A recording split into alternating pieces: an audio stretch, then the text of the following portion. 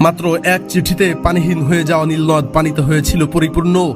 কি ছিল সেই ঐতিহাসিক চিঠিতে? খলিফা হযরত ওমর ইবনুল খাত্তাবের শাসনামল। মিশরের গভর্নর ছিলেন আমর ইবনুল আস রাদিয়াল্লাহু আনহু। মিশরে তখন একটি পুরনো প্রথা চালু ছিল। প্রতি বছর নীলনদে পানি বাড়ানোর জন্য একজন কুমারী মেয়েকে সাজিয়ে নদীতে নিক্ষেপ করা হতো। ইসলাম আসার পর এই প্রথা বন্ধ করা হলো। কিন্তু ফল কি হলো? নীলনদ পানি দেওয়া বন্ধ করে দিল। ফসল নষ্ট হওয়ার উপক্রম হলো। মানুষ আতঙ্কিত হয়ে ছুটে গেল গভর্নরের কাছে। তখন মিশরের গভর্নর মদিনায় খলিফা হযরত ওমরের কাছে চিঠি লিখলেন। ওমর রাদিয়াল্লাহু আনহু উত্তর পাঠালেন, কিন্তু সঙ্গে পাঠালেন একটি ছোট চিঠি এবং বললেন, এটা নীলনদে ফেলে দিও। চিঠিতে লেখা ছিল, আল্লাহর বান্দা ওমরের পক্ষ থেকে নীলনদের প্রতি এই চিঠি। তুমি যদি নিজ শক্তিতে প্রবাহিত হও তবে বন্ধ থাকো, আর যদি আল্লাহর আদেশে প্রবাহিত হও তবে আমি আল্লাহর কাছে দোয়া করি তিনি যেন তোমাকে প্রবাহিত করেন। চিঠি নদীতে ফেলা হলো। আল্লাহর আদেশে পরদিন সকালে নীলনদ পানিতে উপচে পড়ল। সুবহানাল্লাহ। এবং সেই জাহেলি প্রথা চিরতরে বন্ধ হয়ে গেল।